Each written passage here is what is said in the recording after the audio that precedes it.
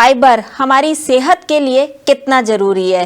Fibre हमारे आहार का महत्वपूर्ण भाग है। को ज्यादा आहार में शामिल करने से हमें खाया हुआ अन्न आसानी से पचता है, कब्ज की समस्या से आप हमेशा दूर रहते हैं और एसिडिटी की भी समस्या नहीं होती, शरीर में एसिड नहीं बन पाता है। नमस्कार, D5 चैनल हिंदी देख रहे दर्शकों का मैं वंदना स्वागत करती हूँ। आज एक बार फिर हम जुड़े हैं डाइटिशियन वृंदा खानवे जी से। वृंदा जी, आपका बहुत बहुत स्वागत है हमारे इस प्रोग्राम में। धन्यवाद, नमस्कार। आज हम बात करेंगे कि फाइबर हमारी सेहत के लिए कितना जरूरी है। तो वृंदा जी, सबसे पहले हमें यही बताइए कि फाइबर हमारे खाने में होना कितना जरूरी है। फाइबर हमारे आहार का महत्वपूर्ण भाग है। सेहतमंद रहने के लिए आहार में फाइबर को शामिल करना अत्यंत आवश्यक है। फाइबर का दूसरा नाम है रेशेदार पदार्थ या रफेज। रेशेदार पदार्थ या रफेज यह होना इसलिए आवश्यक है कि हमारे डाइजेस्टिव सिस्टम के लिए, हमारी आंतों को स्वच्छ रखने के लिए और हमें कॉन्स्टिपेशन न हो और हमारा स्वास्थ्य अच्छा रहे, इसलिए हमें रेशेदार पदार्थ आहार में शामिल करना अत्यंत आवश्यक है। फाइबर हमारे पाचन तंत्र के लिए बहुत उपयोगी है। इसके लेने से या इसको ज्यादा आहार में शामिल करने से हमें खाया हुआ अन्न आसानी से पचता है। हमारे पेट और आंत को वो बहुत ज्यादा मेहनत नहीं करनी पड़ती अगर आप फाइबर इनटेक ज्यादा लेते हैं।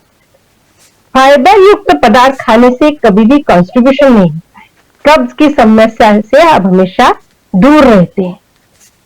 शरीर के अंदर अगर टॉक्सिन जमा हो, विजातीय तत्व अगर जमा हो जाए तो फाइबर उनको आसानी से शरीर के बाहर निकाल देता है। फाइबर या रेशेदार पदार्थ अधिक लेने से हमारा वजन नियंत्रित रहता है, हमारा वेट कंट्रोल में रहता है और मोटापे की समस्या से हमें निजात मिलती है। फाइबर रंगहीन होता है, गंधहीन होता है और स्वादहीन होता है। रेशेदार पदार्थ अधिक लेने से जब पाचन आसानी से होता है तो आसानी से पाचन होने के कारण हमें गैसेस नहीं होती, गैस की समस्या नहीं होती और एसिडिटी की भी समस्या नहीं होती, शरीर में एसिड नहीं बन पाता है। और अगर एसिड नहीं बनेगा तो एसिडिटी की समस्या नहीं होगी। फाइबर सीजनल फ्रूट्स में मिलता है, वेजिटेबल में मिलता है। सीजनल फ्रूट्स जो जिस मौसम में जो फ्रूट आता है उसके अंदर फाइबर बहुतायत से मिलता है। आपको हमेशा, हमें किसी को भी सीजनल फ्रूट्स हमेशा खाने चाहिए, हमें आहार में शामिल करने चाहिए। जितना आप ज्यादा फ्रूट्स खाएंगे उतने आपकी समस्याओं से आपको मुक्ति मिलेगी क्योंकि उसमें फाइबर है। वेजिटेबल, ग्रीन वेजिटेबल, जितने ग्रीन वेजिटेबल, जितने हरे रंग की सब्जियां हैं उसमें फाइबर बहुत अधिक है। और आपको जितनी दालें हैं, अगर आप छिलके सहित खाते हैं तो उन छिलकों में आपको फाइबर मिलेगा। आपको आटा हमेशा चोकर सहित खाना चाहिए, चोकर जो होता है उसके अंदर फाइबर मिलता है।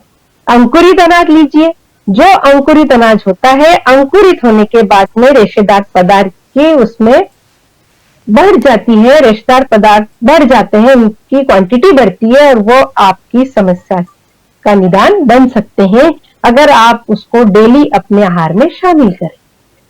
अब छिलके सहित दालों में उड़द की दाल, मूंग की दाल, राजमा है, यह सब चीजें आपको डेली रूटीन में शामिल करनी चाहिए। जैसे मिलेट्स है, ज्वार है, बाजरा है, मक्का है, यह सब चीजों में आपको रफेज ज्यादा मिलेगा, फाइबर ज्यादा मिलेगा, इसलिए गेहूं कम खाएं और यह अनाज आप अपने आहार में शामिल करें। 25 से 30 ग्राम आहार आपको डेली लेना है। हर इंसान को 30 ग्राम आहार में शामिल करना है।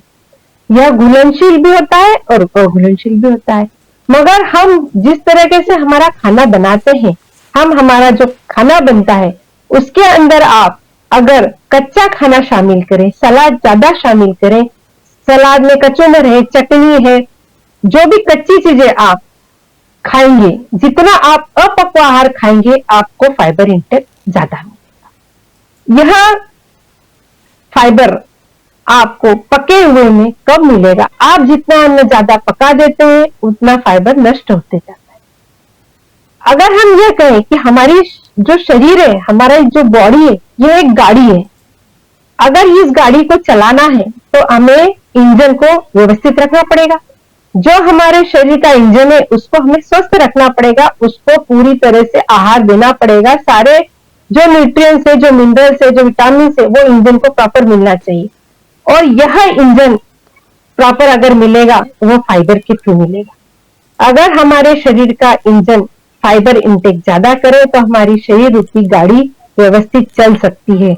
आप दूसरे अर्थ में ये भी कह सकते हैं कि अगर सारे अन्न हमारे शरीर के लिए एक गाड़ी रूपी का काम करते हैं तो फाइबर हमारे लिए इंजन का काम करता है। पूर्णतः प्राकृतिक आहार लें, अपक्व आहार लें, बहुत ज्यादा ग्रीन वेजिटेबल इंक्लूड करें तो हमें फाइबर इंटेक आसानी से मिलता रहेगा और आप स्वस्थ रहेंगे। दिन भर की डाइट किस तरीके की होनी चाहिए? आपको दिन भर में सुबह से लेकर शाम तक इसमें आप 12 बजे तक मैक्सिमम फ्रूट्स लें, उसमें सिट्रस फ्रूट लें। उसके बाद आप लंच लें। लंच में ग्रीन वेजिटेबल और सलाद का इंटेक ज्यादा करें। बहुत ज्यादा ठंड न हो तो आप मट्ठा और दही का उपयोग भी करें और कम से कम आप गेहूं का उपयोग करें। बाजरा, मक्का, ज्वार, इन चीजों का भी आप इंटेक करें। चोकर सहित आटा जरूर लें। यह सब चीजें आपको फाइबर इंटेक बढ़ाएगी। कई बार कई लोगों को कई चीजों से नुकसान भी होता है, जैसे कि कई फाइबर मक्के से नुकसान होता है, किसी को गेहूं से नुकसान होता है, वो नहीं खा पाते हैं। ऐसे में उन्हें क्या खाना पीना चाहिए? जिस चीज से आपको नुकसान है उसके दूसरे फायदे हैं। जैसे ज्वार है, आप ज्वार खाइए, मक्का मत लीजिए। आपको अगर गेहूं से नुकसान है तो आप बाजरा खाइए, बाजरा आपको मिलेगा, बाजरे में भी फाइबर है, सब कुछ विटामिन से, मिनरल से मिलेगा। उसके साथ आप हमेशा इनके साथ आप सलाद ज्यादा खाइए तो इसका भी पाचन धीरे धीरे होने लगे। भोजन के अंदर कितनी मात्रा में फाइबर होना ज्यादा जरूरी है? हमारे डेली रूटीन में पर डे में 30 ग्राम आहार, 30 ग्राम फाइबर आपको डेली लेना है। मतलब आपके कहने का ये है कि फाइबर होना बहुत ज्यादा जरूरी है, लेकिन 30 ग्राम से ज्यादा भी हो सकता है, लेकिन इससे कम नहीं होना चाहिए। तो चलेगा, कम नहीं होना चाहिए। सब्जियां वगैरह में ये सब मिलता है। इसके अलावा और किन चीजों से फाइबर मिल सकता है? नाशपाती है, अमरूद है, सेब है, केला है, सिट्रस फ्रूट मतलब रसीले फल है, फ्रूट्स है जो सीजनल आते हैं। इन सब सबसे ज्यादा अमरूद, नाशपाती, केला, इनमें सब में फाइबर इंटेक बहुत ज्यादा हो। कि किन किन बीमारियों से बचाता है? ये आपको हर बीमारी से निकाल, देखिए हर बीमारी का शुरुआत होती है डाइजेस्टिव सिस्टम अगर ठीक से न चले, आपका पेट खराब रहे, आपको बहुत ज्यादा कॉन्स्टिपेशन हो, आपका पेट साफ न हो, शुरुआत यहीं से होती है। अगर आपका पेट साफ रहेगा, कॉन्स्टिपेशन की प्रॉब्लम नहीं होगी, आपका डाइजेस्टिव सिस्टम प्रॉपर काम करता रहेगा, उसके लिए फाइबर इंटेक बहुत जरूरी है। वृंदा, आप हमारे साथ जुड़ी, आपका बहुत बहुत धन्यवाद। धन्यवाद आपको भी और सभी दर्शकों को भी बहुत बहुत धन्यवाद। अगले एपिसोड में आपसे फिर मुलाकात होगी, तब तक के लिए नमस्कार।